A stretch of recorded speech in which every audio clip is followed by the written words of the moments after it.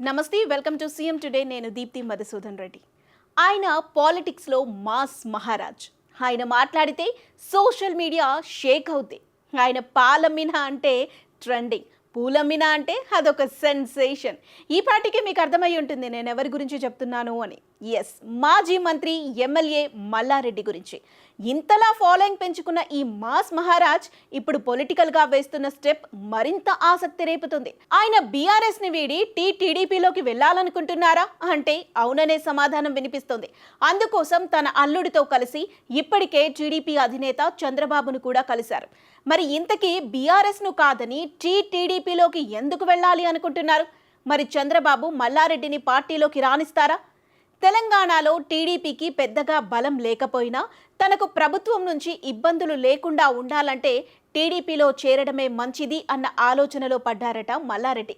ప్రస్తుతం తెలంగాణ టీడీపీకి పెద్ద దిక్కు లేకపోవటం కూడా తనకి కలిసి వస్తుందని భావిస్తున్నారు. తనతో పాటు ఒకరిద్దరు ఎమ్మెల్యేలను టీడీపీలోకి తీసుకువెళ్లి ఆ పార్టీ తెలంగాణలో రాష్ట్ర శాఖ అధ్యక్షుడిగా చక్రం తిప్పాలని భావిస్తున్నారట ఈ మల్లన్న.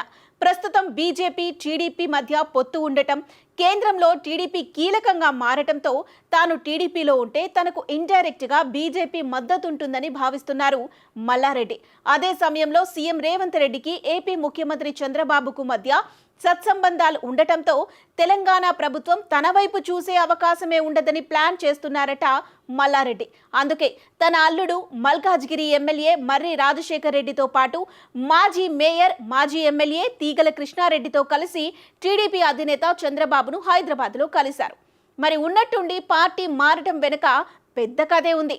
అదేంటంటే గత ఎన్నికల్లో రెండోసారి ఎమ్మెల్యేగా గెలిచినా బీఆర్ఎస్ ఓడిపోవడంతో మల్లారెడ్డికి కష్టాలు ఎక్కువైపోయాయి. గత బీఆర్ఎస్ ప్రభుత్వంలో కీలకంగా వ్యవహరించిన మల్లారెడ్డి అప్పట్లో విసిరిన ఛాలెంజ్లతో ప్రత్యర్థుల సంఖ్యను పెంచుకున్నారు. దాంతో తనకు శత్రువులు ఎక్కువైపోయారు.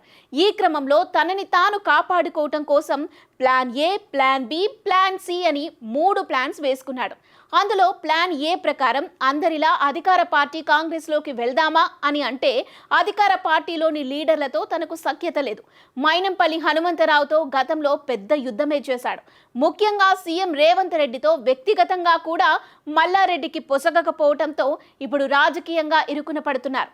అయినా సరే ఎలాగైనా కాంగ్రెస్లో చేరటానికి సిద్ధమైన మల్లారెడ్డి హైదరాబాద్లో వర్కౌట్ కాలేదని ఆ మధ్య బెంగళూరు వెళ్లి కర్ణాటక డిప్యూటీ సీఎం జీకే శివకుమార్ను కలిసినా అది కూడా పెద్దగా వర్కౌట్ అవ్వలేదు. ఇక మల్లారెడ్డితో పాటు ఆయన అల్లుడు మల్కాజ్గిరి ఎమ్మెల్యే రాజశేఖర్ రెడ్డి కూడా కాంగ్రెస్లోకి వెళ్లాలని అనుకుంటున్నా ఎప్పటికప్పుడు అడ్డంకులు వస్తున్నాయి తప్ప లైన్ క్లియర్ అవ్వటం లేదని అంటున్నారు.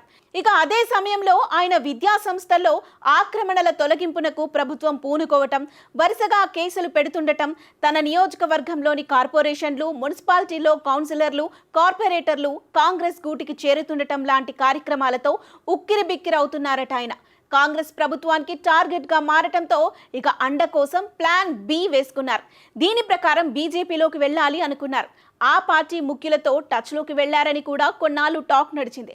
కానీ అటు నుంచి కూడా సానుకూల స్పందన రాకపోవడంతో మరింత ఇరుకున పడ్డారని, ఎటూ పాలుపోని స్థితికి చేరారన్న గుసగుసలు వినిపిస్తున్నాయి రాజకీయ వర్గాల్లో. మా పార్టీలోకి రావాలనుకునే ఎమ్మెల్యేలు రాజీనామా చేయాలన్న తెలంగాణ బీజేపీ షరతుకు ఒప్పుకున్నా గ్రీన్ సిగ్నల్ రాకపోవడంతో మర్యాద రామన్న సినిమాలో సునీల్ లాగా ఎందుకిలా నా కర్మ కాలిపోయింది అని పాడుకోవటంలా మారింది ఈ మాజీ మంత్రి పరిస్థితి అంటున్నారు రాజకీయ విశ్లేషకులు. సో ప్లాన్ ఏ కింద కాంగ్రెస్లోకి వెళ్ళాలి అనుకున్నా అది వర్కౌట్ అవ్వకపోవటం, ప్లాన్ బి కింద బీజేపీలోకి వెళ్ళాలి అనుకున్నా అది కూడా ఫెయిల్ అవ్వటంతో ప్లాన్ సి అమలు చేసేందుకు రంగం సిద్ధం చేసుకున్నారు. అందుకోసం తెలంగాణ టీడీపీలోకి వెళ్లేందుకు ప్లాన్స్ వేస్తున్నారు. మల్లారెడ్డికి చంద్రబాబే దిక్కైపోయారు. ప్రస్తుతం తెలంగాణలో కూడా టీడీపీకి ఒక సీనియర్ లీడర్ కావాలి. పార్టీ బాధ్యతలు సమగ్రంగా వ్యవహరించే సమర్థుడు కావాలి. ఎందుకంటే ప్రస్తుతం తెలంగాణ టీడీపీ అధ్యక్ష పదవి కట్టబెట్టాల్సిన అవసరం ఉంది.